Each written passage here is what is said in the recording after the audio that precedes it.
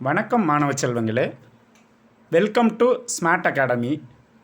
இன்றைக்கு நாம் 10ஆம் வகுப்பு தமிழ் பாடத்தில் இருக்கிற முக்கியமான 1 மார்க்ஸ் பார்க்க போகிறோம். நமக்கு முதல்ல வர்றது பார்த்திங்கன்னா, அன்னை மொழி என்ற கவிதை பேழை. இந்த அன்னை மொழியோட கவிதை பேழையோட ஆசிரியர் யாருன்னு கேட்பாங்க. அது யாருனாக்கா பாவலரேறு பெருஞ்சித்திரனார். பிறகு இந்த அன்னை மொழிய கவிதை பேழை எந்த தொகுப்பிலிருந்து எடுக்கப்பட்டுள்ளது அப்படின்னு கேள்வி வரும். 1 மார்க்ஸு. அது கனிச்சாறு என்கிற தொகுதி. சாகும்போதும் தமிழ் படித்து சாக வேண்டும் என்றன் சாம்பலும் தமிழ் மணந்து வேக வேண்டும் என்று கூறியவர் யாருன்னு கேள்வி வரும். அது க. சச்சிதானந்தன். அப்புறம் பாவலரேறு பெருஞ்சித்திரனாரோட இயற்பெயர் என்னன்னு இயற்பெயர் எதுன்னு கேட்பாங்க. அவரோட பெயர் துரை மாணிக்கம். ஆச்சா, நாங்கள் சிலதெல்லாம் நான் சொல்லாத சில விஷயங்கள், சில 1 மார்க்ஸ் எல்லாமே இந்த எல்லோ கலரில் ஹைலைட் பண்ணி புக்லேயே வச்சுருக்கோம். நீங்கள் அதையும் இன்னொரு வாட்டி, நான் சிலதெல்லாம் நேரம் காரணமாக சிலதெல்லாம் சொல்ல முடியாமல் இருக்கும். அதையெல்லாம் நீங்கள் பொறுமையாக நிதானமாக 1 மார்க்ஸ் படிச்சிங்கனாவே உங்களுக்கு அதிகப்படியான மார்க் கிடைக்க வாய்ப்பு இருக்குது. உரைநடை உலகம் இதில் பார்த்தீங்கன்னா தமிழ் சொல்வளன்ற பகுதி இருக்கிறது, ஒரு உரைநடை இருக்குது. அதனுடைய ஆசிரியர் யாருன்னு கேட்பாங்க. அது யாருனாக்க தேவநேய பாவாணர். அடுத்தது நாடும் மொழியும் நமதிர் கண்கள் என்று கூறியவர் யாருன்னு கேட்பாங்க. அது மகாகவி பாரதியார். இதில் பார்த்தீங்கன்னா புக்கின் சைடில் இந்த தாள்னா என்ன, தண்டுனா என்ன, கோல்னா என்ன, தூரி, இந்த மாதிரியான சில கேள்விகள் 1 மார்க்ஸில் வரும். அல்லது சொல்லும் பொருளும்ல கூட வர்றதுக்கு வாய்ப்பு இருக்குது. அது என்னன்னாக்கா தாள்னா நெல், கேழ்வரகு முதலியவற்றின் அடி.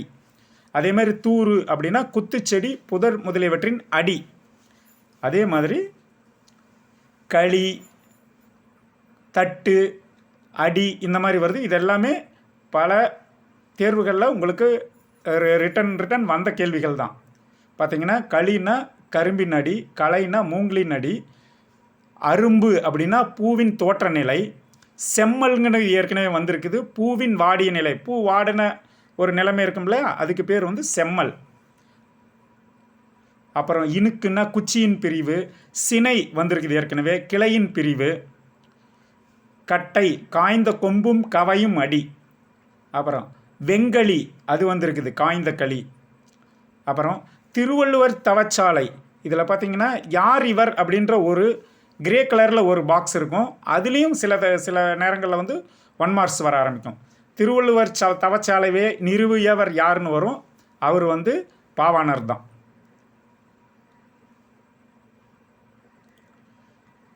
பிறகு துளிர் அல்லது தளிர், இதெல்லாம் நெல், புல் முதலியவற்றின் கொழுந்து. இதெல்லாம் நீங்கள் படிச்சுக்கலாம். இதை பார்த்தீங்கன்னா எல்லோ கலரில் நாங்கள் ஹைலைட் பண்ணி வச்சுருக்குறோம்.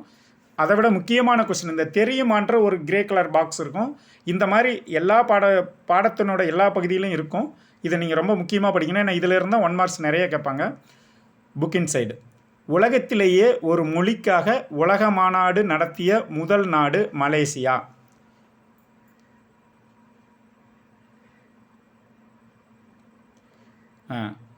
தேவநேய பாவாணரை மொழி ஞாயிறு என்று பெருமைப்படுத்தி அழைத்தனர். இதுவும் கேள்வி வரும். தேவநேய பாவாணரை எவ்வாறு அழைத்தனர் அது வரும். அப்புறம் உலக தமிழ் கழகத்தை நிறுவி தலைவராகவும் இருந்தார். உலக தமிழ் கழகத்தை நிறுவியவர் யாருன்னு வரும். அது யாருன்னா தேவநேய பாவாணர். அடுத்து கவிதை பேழை. இரட்டுரம் மொழிதல் கவிதை பேழையின் ஆசிரியர் யாருன்னு வரும். அது சந்த கவிமணி தமிழழகனார்.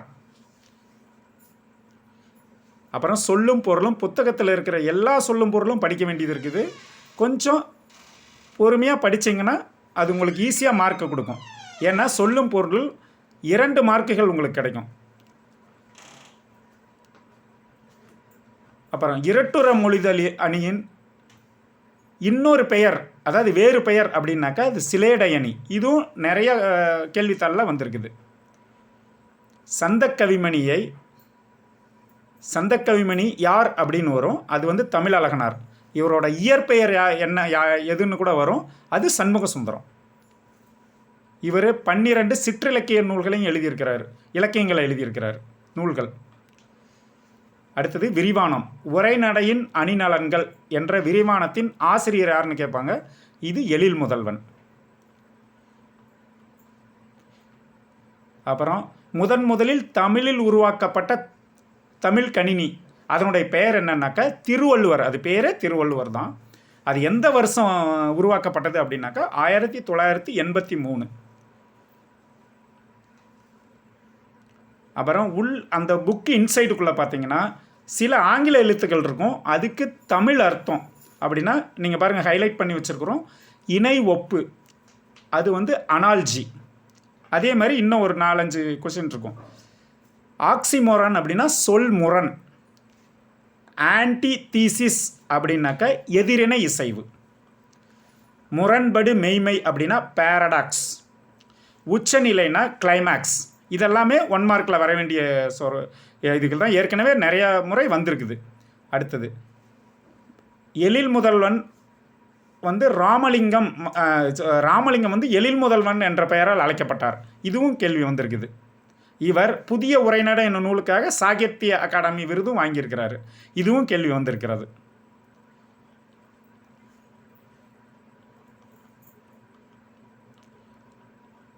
அடுத்தது முக்கியமான பகுதி திறன் அறிவோம்.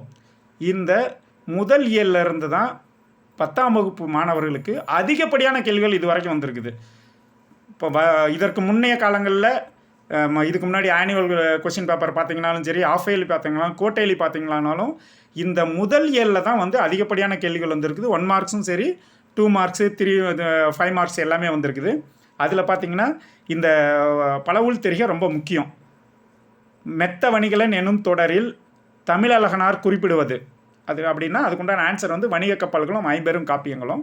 அது நீங்கள் இந்த வீடியோ பார்க்குறப்பே பக்கத்தில் புக்கு உங்ககிட்ட இருக்கிற கைடோ அல்லது உரைநூல்களோ அல்லது உங்கள் பள்ளியில் கொடுத்த மெட்டீரியல்ஸ்னு கொடுத்துருப்பாங்க, அதையும் பக்கத்துலேயே வச்சுக்கோங்க. உங்களுக்கு அது ரெஃபர் பண்ணுறதுக்கு ஈஸியாக இருக்கும். காய்ந்த இலையும் காய்ந்த தோகையும் நிலத்துக்கு நல்ல உரங்கள் இத்தொடரில் அடிக்கோடிட்ட பகுதி அப்படின்னா உங்கள் புக்கில் வந்து ரெஃபர் பண்ணி ஆன்சர் உங்கள் ஆசிரியர் சொல்லியிருப்பாங்க, அதை தெரிஞ்சுக்கோங்க. அடுத்த கேள்வி ரொம்ப ரொம்ப முக்கியமான கேள்வி. என் தமிழ்னா என்பதை பிரித்தால் இவ்வாறு வரும். இது எம் கூட்டல் தமிழ் கூட்டல் நான்றது தான் அதனோட ஆன்சரு.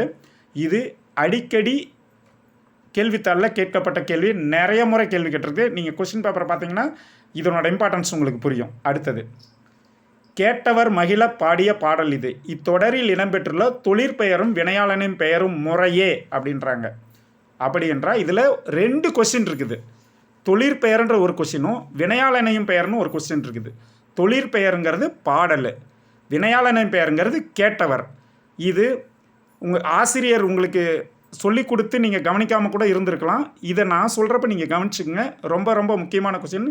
இதுவும் அடிக்கடி வரும். தொழிற்பெயர், மறுபடியும் சொல்கிறேன், தொழிற்பெயருங்கிறது பாடல், வினையாளனின் பெயர் வந்து கேட்டவர். சரியா? ரைட். அடுத்த கொஸ்டின் ரொம்ப ரொம்ப முக்கியமான question. Very very very important question. வேர்க்கடலை, மிளகாய் விதை, மாங்கொட்டை ஆகியவற்றை குறிக்கும் பயிர் வகை. அது என்ன பயிர் வகையில் வருது அப்படிங்கிறதுனா இது மணி வகைன்ற பயிர் வகையில் வருது.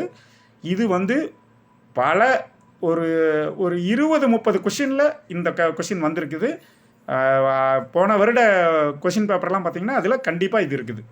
ரொம்ப ரொம்ப முக்கியம். அப்புறம் இதில் குருவினா, சிறுவினா, நெடுவினா இதற்குண்டான வீடியோ வந்து நாங்கள் அடுத்த வீடியோவாக நம்ம போடுறோம்.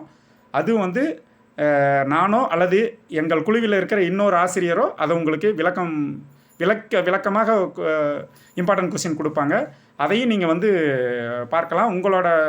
உங்களோட ஃப்ரெண்ட்ஸுக்கு, உங்கள் தெரிஞ்ச மாணவர்களுக்கு அதையும் நீங்கள் ஷேர் பண்ணி அவங்களையும் பார்க்க வைக்கலாம். ஏன்னா ரொம்ப முக்கியமான கொஸ்டினில் நாங்கள் ஸ்பெஷலாக எடுத்து உங்களுக்கு நாங்கள் அப்லோட் பண்ணி வச்சுருக்கோம். அடுத்தது மொழிபெயர்ப்பு. இது 5 மார்க்கு கொஸ்டின். இது மொழிபெயர்ப்புன்னா இங்கிலீஷில் ஒரு 2 லைன் இருக்கும். அதை வந்து நமக்கு தெரிஞ்ச ஆங்கிலத்தில் படித்து புரிஞ்சுக்கிட்டு எழுதினாவே போதுமானது. முக்கியமாக அந்த உள்ளே இருக்கிற கண்டென்ட்டு, அந்த ஸ்டோரிக்கு உண்டான ஒரு தலைப்பை போட்டுக்கிட்டிங்கன்னா உங்களுக்கு ஈஸியாக 5 மார்க் போட்டுருவாங்க. ஏதாவது ஒரு தலைப்பை போடுங்க, உங்களுக்கு புரிஞ்சிடும். ஓரளவுக்கு படிச்சிங்கன்னா ஓரளவுக்கு புரிஞ்சிடும். அதை போடுங்க, அதை நீங்கள் ஃபாலோ பண்ணுங்கள். மொழிபெயர்ப்பு ரொம்ப முக்கியமான பார்த்து, ஈஸியாக மார்க் எடுக்க. இதற்கு பிறகு வருகிற விஷயங்கள் எல்லாமே ஈஸியாக மார்க் எடுக்கிற விஷயங்கள். பிழைகளை திருத்துக. இந்த பிழைகளை திருத்துறது பார்த்தீங்கன்னா, இதை நீங்கள் சும்மா ஒரு வாட்டி படித்து பார்த்தீங்கன்னாவே அதில் நிறையா மிஸ்டேக்ஸ் இருக்கும். ரெட்டை சுழி நாவுக்கு 3 சுழி நா போட்டிருப்பாங்க, இல்லை வந்து ஓக்கு ஓ நெடில் பண்ணியிருப்பாங்க, குறில் நெடிலாக மாறி இருக்கும். அது எல்லாமே நீங்கள் வந்து பார்த்தீங்கன்னாவே தெரிஞ்சிடும். ஈஸியாக மார்க் எடுக்கிற விஷயம், அதையும் பார்த்துக்கலாம் நீங்கள். அடுத்தது வந்து கூட்டப்பெயர்கள். இதில் பார்த்தீங்கன்னா குவியல், குலை, மந்தை, கட்டுன்னு இருக்குது. இதில் பார்த்தீங்கன்னா இது கல்குவியல், புல்கட்டு, பழக்குலை, அப்புறம் வந்து ஆட்டு மந்தை, இதெல்லாம் தான். அதை கூட்டப்பெயர்ன்ற இடத்துல எழுதிக்கிட்டோம்னா ஈஸியாக இதுக்கு 2 மார்க்குக்கு வரும். அடுத்தது வினைமுற்றை வினையாளனாக பெயராக மாற்றி தொடர்களை இணைத்து எழுதுக அப்படிங்கிறதுல, இதில் வினையாளனின் பெயர் எடுத்து எழுதணும். இது வந்து தயவு செஞ்சு பக்கத்தில் உங்களோட உரையினுடைய மெட்டீரியலை வச்சுக்கோங்க. ஈஸியாக மார்க் எடுக்கிற இடம். இதை நிறையா மாணவர்கள் வந்து ஸ்கிப் பண்ணிடுறாங்க. அதனால் உங்களுக்கு டோட்டல் மார்க்கை வந்து டோட்டல் மார்க்கு குறைவாக வர்றதுக்கு வாய்ப்புகள் வந்துடும். பக்கத்தில் மெட்டீரியலையோ இதையே வச்சுக்கிட்டு எங்கள் வீடியோவும் பார்த்துக்கிட்டு அதை இது பண்ணி பாஸ் பண்ணி நீங்கள் பார்த்தீங்கன்னா ஈஸியாக மார்க் எடுத்துடலாம். அடுத்தது தொடரில் உள்ள வண்ணச்சொற்கள் பதிலாக அதே பொருளுடைய வேறு சொற்களை பயன்படுத்தி எழுதுக. ஒரே வார்த்தை தான் இருக்கும், ஒரே அர்த்தத்தில். அதை உருவாக்கி 2 லைன் பண்ணணும். அது ஒன்றுமே இல்லை, ஒரு வாட்டி படித்து பார்த்தீங்கன்னா புரிஞ்சு போயிடும். அடுத்து கட்டுரை. ஒரு கதையை அங்கே கொடுத்துருப்பாங்க. அதை வந்து பெருசுப்படுத்தி அதிகமான வரிகளை போட்டு அந்த கதையை என்லார்ஜ் பண்ணி ஒரு கட்டுரை எழுதணும். அதுக்கு முக்கியமாக தலைப்பிடணும். தலைப்பிடுதல் ரொம்ப ரொம்ப முக்கியம். அது உங்களுக்கு நல்ல மார்க் கொடுக்கும். அடுத்தது நயம் பாராட்டுதல். பாராட்டுதல் உங்கள் ஆசிரியர் உங்களுக்கு சொல்லி கொடுத்துருப்பாங்க. உங்களோட கைடு வச்சுக்கோங்க, மெட்டீரியல்ஸை வச்சு ஃபாலோ பண்ணிக்கோங்க. சொற்களை இணைத்து புதிய சொற்களை உருவாக்குறது அதுவுமே எல்லாம் இருக்கும். பூமணினா பூ கூட்டல் மணி, பூமணி, அந்த மாதிரி வரும். அடுத்தது தமிழெண்கள் பார்த்தீங்கன்னா நாற்றிசையும் செல்லாத நாடு இல்லை. அதை எக்ஸாம்பிள் எடுத்துக்கலாம். அதில் நாற்றிசைனே 4 திசை. எண்ணு பெயர்னால் 4 எண்ணு பெயருக்கு வந்து தமிழில் என்ன பெயர் எண்ணு பெயர் இருக்குதுன்னு பார்க்கணும். அது உங்களோட தங்கையோ தம்பியோ யாராவது வாய்ப்பாடு வச்சுருந்தா அதை வாங்கி வச்சு ஒரு வாட்டி படிச்சிங்கன்னா போதும். 1லிருந்து 10 வரை அந்த எண்களுக்கு உண்டான தமிழ் எழுத்துக்கள் இருக்கும். அதை பார்த்தீங்கன்னா போதும். இது சாதாரணமாக 2 மார்க் எடுக்கிற ஒரு இடம். அகராதியில் காண்க. இந்த அகராதியில் காண்கவும் உங்களுக்கு வந்து கைடில் வச்சு பார்த்தீங்கன்னா அதெல்லாம் தெரிஞ்சிடலாம். முக்கியமான பகுதி காட்சியை கண்டு கவிஞரை எழுதுக. இது பார்த்தீங்கன்னா ஒரு படம் கொடுத்துருப்பாங்க. அந்த படத்துக்குள்ளே ஒரு கண்டென்ட் இருக்கும். இதில் பார்த்தீங்கன்னா பூட்டு இருக்குது, புத்தகம் இருக்குது, ஒரு ஆள் உட்கார்ந்துட்டுருக்கான், வெவ்வேறு வகையில் உட்கார்ந்துட்டுருக்காங்க. அதை பற்றி நீங்கள் எழுதி அதுக்கு ஒரு தலைப்பிடணும். தலைப்பிட்டிங்கன்னா 5 மார்க்கு, ஈஸியாக 5 மார்க் எடுக்கிற இடம். அடுத்தது கலைச்சொற்கள் அறிவோம். இது பார்த்தீங்கன்னா ஒரு இங்கிலீஷ் எழுத்துக்கு உண்டான இந்த பாடத்தில் இருக்கிற ஒரு எழுத்து எடுத்து அதுக்கு தமிழ் மொழி பண்ணியிருப்பாங்க. வவ்வல்னா உயிரெழுத்து, கான்சோனன்ட்னா மெய்யெழுத்து, ஹோமோகிராஃப்னா ஒப்பெழுத்து, இந்த மாதிரி வரும். இது நீங்கள் படிச்சுன்னா 2 மார்க். இது ஒரு கொஸ்டின் பேப்பரில் கலைச்சொற்களுக்கு 2 மார்க் வரும். ஈஸியாக மார்க் எடுக்கிற பகுதி. அறிவை விரிவிசை. இது பார்த்தீங்கன்னா நாம் ஏன் தமிழ் காக்க வேண்டும், முனைவர் சேதுமணியன். நாம் ஏன் தமிழ் காக்க வேண்டுங்கிறது நூலுனோட பெயர். முனைவர் சேதுமணி மணியன்கிறது ஆசிரியோட பெயர். தவறின்றி தமிழ் எழுதுவோம் மாநன்னன், பச்சை நிழல் உதயசங்கர். இது வந்து 1 மார்க்குக்கு வரும். இது ஈஸியாக மார்க் எடுக்கிற இடம். அடுத்தது இயல் 2. இது எதை பற்றி சொல்லுகிறதுனா இயற்கையும் சுற்றுச்சூழலை பற்றி சொல்லுகிறது. இதில் பார்த்தீங்கன்னா உரைநடை உலகம், கேட்கிறதா என் குரல். அதில் பார்த்தீங்கன்னா ஹிப்பாலஸ் பருவக்காற்று, அதை கண்டுபிடிச்சவர் யார் அப்படின்னாக்கா கிரேக்க மாலுமி. கிரீஸ் நாட்டை, கிரேக்க நாட்டை சார்ந்தவர் அவர். அது ஒரு 1 மார்க் வரும். குளோரோஃப்ளோரோ கார்பனின் ஒரு மூலக்கூறு டேஸ் ஓசோன் மூலக்கூறுகளை சேர்த்துவிடணும். போன வருஷமே வந்தது. 1,00,000 ஓசோன் மூலக்கூறுகளை சேர்த்துவிடும். இது 1 மார்க்ஸில் வருது. இந்த தெரியுமான்ற பகுதியெல்லாம் நீங்கள் படிச்சுக்கணும். அது ஒரு வாட்டி படித்தாவே போதும். ஈஸியாக புரிகிற பகுதிகள் தான், ஈஸியாக மார்க் எடுக்கிற பகுதிகள். அப்புறம் கவிதை பேழையில் காற்றேவா. இந்த கவிதை பேழையின் ஆசிரியர் யாருனாக்கா நம்மளுடைய பாரதியார், மகாகவி பாரதியார். இதுவும் ஒரு ஈஸியான கேள்வி. சொல்லும் பொருளும். அது ஈஸியாக படிச்சுங்க. மயிலுறுத்த மயங்கச்சை, பிராணரசம்னா உயிர் வலி, லயத்துடன் சீராக, இது ஈஸியாக படித்து தெரிஞ்சுக்கலாம். அடுத்தது, நீடுதுயில் நீக்க பாடி வந்த நிலா யார் என்று அறியப்பட்டவர் யாருன்னு ஒரு கொஷின் வரும். அது யாருனாக்கா மகாகவி பாரதியார். அதே சிந்துக்கு தந்தை, இது ஏற்கனவே வந்திருந்தது. சிந்துக்கு தந்தை என்ற இந்த கேள்விக்கு யாருன்னு வரும், அது மகாகவி சுப்பிரமணிய பாரதியார். வெறும் பாரதியார்னு போட்டிங்கன்னா கூட போதும், மகாகவி சுப்பிரமணிய பாரதியார்னு கூட எழுத தேவையில்ல, வெறும் பாரதியார் எழுதுனீங்கன்னாவே மார்க் கொடுத்துருவாங்க. அடுத்தது, வசன கவிதை ரொம்ப முக்கியமான பகுதி. இந்த வசன கவிதை அப்படின்ற ஒரு இதுக்கு புது கவிதை உருவாக வடிவமானது. இதை அறிமுகப்படுத்தினவர் யாருனாக்கா தமிழில் அறிமுகப்படுத்தினவர் நம்முடைய பாரதியார். அடுத்தது, கவிதை பலையன் ஆசிரியர் யாருன்னு கேட்பாங்க. முல்லைப்பாட்டின் ஆசிரியர் யாருன்னு கேட்பாங்க. அது நப்பூதனார். சொல்லும் பொருளும், இதில் பார்த்தீங்கன்னா நடந்த உலகம், நேமி, கோடு, நரிவி இதெல்லாம் இருக்கும். இதெல்லாம் நீங்கள் படிச்சுக்கணும். சொல்லும் பொருளும் எல்லாமே தான் படித்தாகணும். இலக்கண குறிப்பும் எல்லாம் படித்தாகணும். இலக்கண குறிப்பு 2 மார்க் வரும், ரொம்ப ரொம்ப முக்கியம்.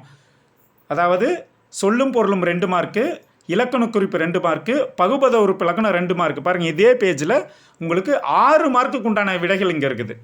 ஸோ ஈஸியாக மார்க் வாங்குகிற பகுதி. பகுபத உறுப்பு இலக்கணத்தை எப்படி படிக்கணும்னா, பொறித்த அப்படின்றது பொறி கூட்டல் இத்து கூட்டல் இத்து கூட்டல் ஆ, பொறி பகுதி, இத்து சந்தி, இத்து இறந்த கால இடைநிலை, பெயரச்ச விகுதி அப்படின்னு நீங்கள் மனப்பாடம் பண்ணுற மாதிரி ஒரு வாட்டி படிச்சிங்கன்னா போதும். அடுத்த வாட்டிலாம் அந்த ப்ராக்டிஸ் வந்துடும்.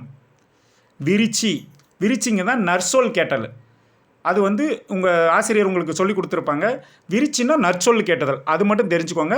நீங்கள் கைடில் இதனோட கொஷினே இருக்குது, 2 மார்க் கொஷின் படிச்சுக்கலாம். அடுத்தது இது முல்லைப்பாட்டு 10 பாட்டு நூல்கள் எதன் அடிப்படையில் இருக்குது அப்படின்னா 10 பாட்டு நூல்களில் ஒன்று. இதை படைத்தவர் யார், இதை எழுதியவர் யாருன்னா காவிரி பூம்பட்டினத்து பொன்மணிகனார் மகனார். அதாவது காவிரி பூம்பட்டினத்துன்ற ஒரு ஊர் இருந்தது, அதில் இருந்த பொன்மணிகனார் ஒரு தங்க வேலை செய்கிறவரோட மகன், அவரோட பேர் தான் நப்பூதனார், ஆசிரியர் நப்பூதனார். விரிவானம், புயலிலே ஒரு தோணி என்கிற விரிவானத்தின் ஆசிரியரார்னு கேட்பாங்க. பா. சிங்காரம்.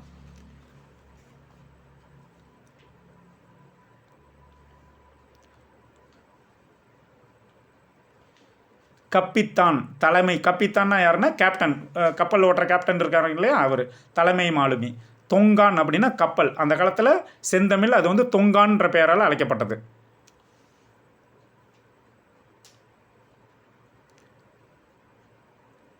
புயலிலே ஒரு தோணியின் ஆசிரியரான பா. சிங்காரம். இதுவும் இந்த கொஸ்டினும் போன வருஷம் ஆஃபேலியில் வந்திருந்தது.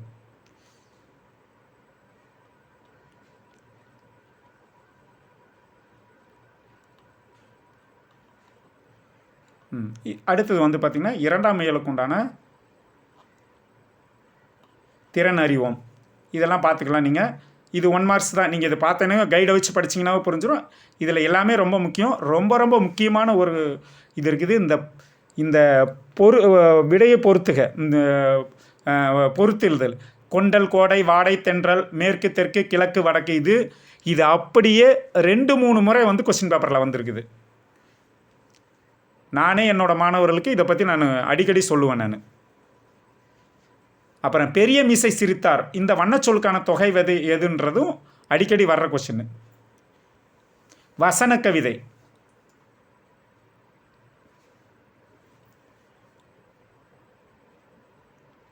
அடுத்து தமிழில் மொழிபெயர்த்து தலைப்பிடுகன்னே கொடுத்துருக்குறாங்க. அதனால் தலைப்பு இல்லாமல் எழுதிடாதீங்க, டைட்டில் ஒன்று போட்டுக்குங்க. இதை அப்படியே படித்து பாருங்கள்.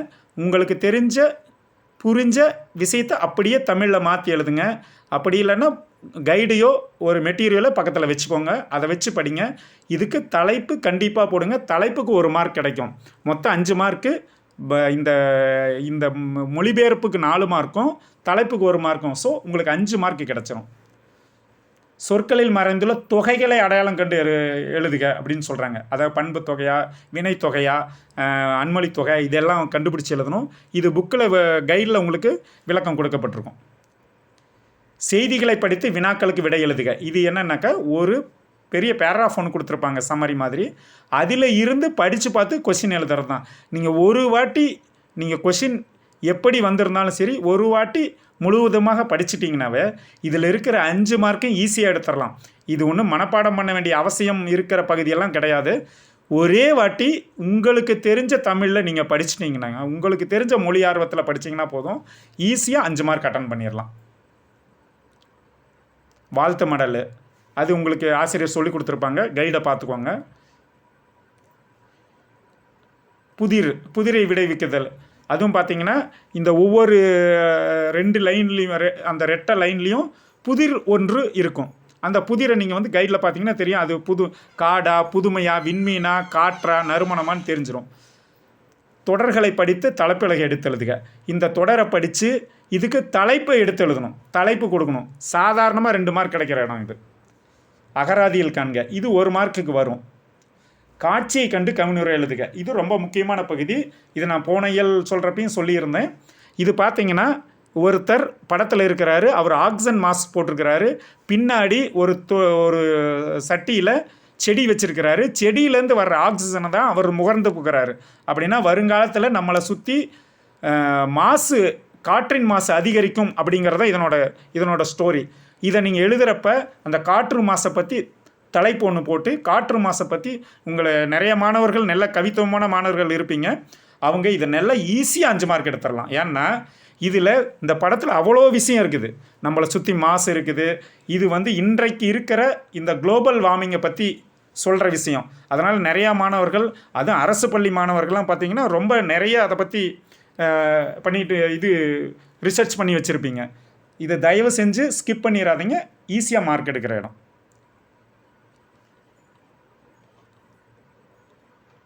அடுத்தது கலை சொற்கள் அறிவோம். இது பார்த்திங்கன்னா நான் போன இயல்லே சொன்னது தான். இது இந்த பாடத்தில் இருக்கிற ஒரு கலை சொல்லை எடுத்து அதுக்கு தமிழில் கொடுத்துருக்கோம். ஸ்டாம்னா புயல், டொர்னாடான் சூறாவளி, டெம்பஸ்னா பெருங்காற்று, லேண்ட் பிரீஸ்னா நிலக்காற்று. ஒரு வாட்டி படிச்சிங்கன்னா போதும், இது கண்டிப்பாக உங்களால் மார்க் எடுக்க முடியும்.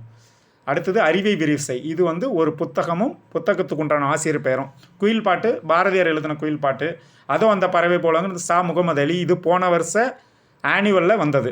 உலகின் மிகச்சிறிய தவளை ராமகிருஷ்ணன்றவர் எழுதினார், இந்த புத்தகத்தை எழுதினவர். ஸோ இதுவும் பார்த்துங்க.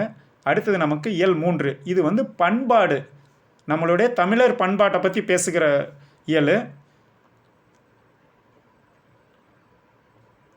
தமிழர் பண்பாடில் முக்கியமானதே விருந்து போற்றுதல். விருந்து தான் தமிழர் வந்து நம்ம விருந்தினர்களுக்கு விருந்து சமைத்து கொடுத்து அவர்களை பெருமைப்படுத்தியதும் அவர்களுக்கு அன்பாக நடந்து கொண்டது தான் இந்த பாடத்தில் குறிக்கப்பட்டிருக்குது.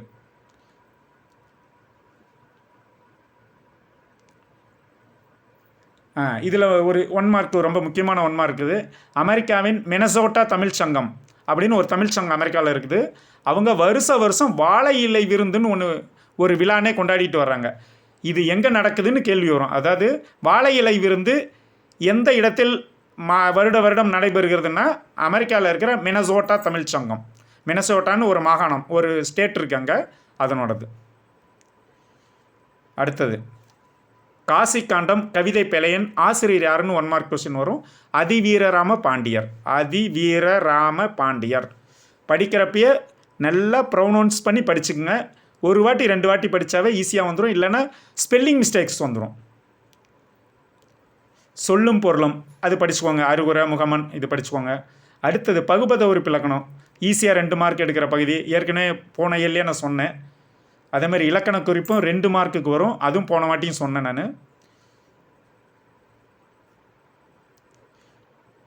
மலைப்படுகடாம் கவிதை பேழையின் ஆசிரியர் பெரும் கவிசிகனார்.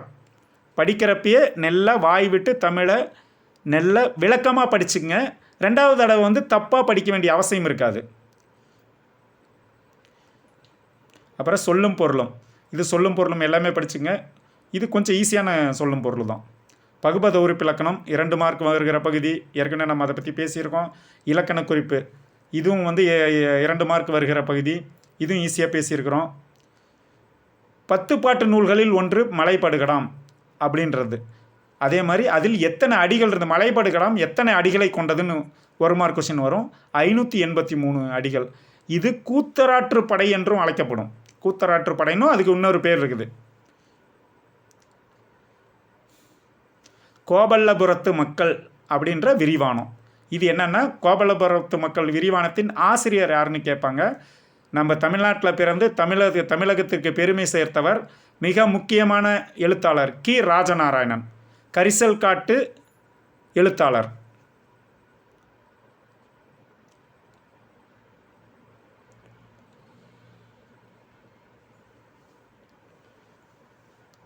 இந்த வட்டார வழக்கு சொற்கள் கூட பார்த்துக்கோங்க, இதுவும் கொஞ்சம் அடிக்கடி வர்ற இடம்தான். இவர் எந்த வருஷம் சாகித்ய அகாடமி விருது பெற்றார் அப்படின்னு கேட்பாங்க. 1991ஆம் ஆண்டு தன்னுடைய நாவலுக்காக இவர் சாகித்ய அகாடமி விருது பெற்றார்.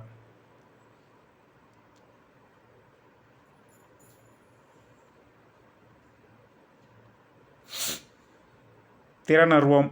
இது திறனறிவோம் பார்த்தீங்கன்னா 1 மார்க் கொஷின். இதில் காசி காண்டம் என்பது ரொம்ப முக்கியமான கொஷின். காசி நகரத்தின் வரலாற்றை பாடும் நூல், ரொம்ப முக்கியமான கொஷின் இது. அப்புறம் சிலம்பு அடைந்திருந்த பாக்கம் எய்தி,